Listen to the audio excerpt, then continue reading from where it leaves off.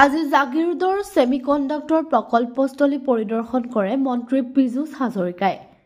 Doctor Himanta Biswa শৰ্মাই অহৰহ প্ৰচেষ্টা চলাই প্ৰধানমন্ত্ৰী নৰেন্দ্ৰ মোদীৰ মুখ্য পৃষ্ঠপোষকতাত এই উদ্যোগটো ইয়ালৈ আনিছে বুলি উল্লেখ কৰে মন্ত্ৰী পীযুষ হাজৰিকাই। এই উদ্যোগটো ইয়ালৈকে আহি অসমৰ উদ্যোগৰ ক্ষেত্ৰত এক নৱজাগৰণৰ সূচনা কৰিছে বুলিও মন্তব্য মন্ত্ৰীগৰাকীৰ। মন্ত্ৰীগৰাকীয়ে এই বৃহৎ উদ্যোগটোত 15,000 নিবনুৱাই প্ৰত্যক্ষভাৱে আৰু 14,000 নিবনুৱাই পৰোক্ষভাৱে নিযুক্তি লাভ কৰিব বুলি জানিবলৈ দিয়ে। এতিয়ালৈকে 13,000 বা 14,000 কৰ্মচাৰীয়ে ইয়াত কাম কৰি আছে। ইয়াৰে প্ৰায় 900 ল'ৰা-ছোৱালী অসমৰ বুলি মন্ত্ৰীগৰাকীয়ে জানিবলৈ দিয়ে। জাগিৰোডৰ সেমিকন্ডাক্টৰ উদ্যোগলৈ আমেৰিকাৰ পৰা এগৰাকী যুৱতীয়ে উভতনি যাত্ৰা কৰিছে। কোনোবা উভতি আহিছে মুম্বাইৰ পৰা, কোনোবা আকৌ চেন্নাইৰ পৰা।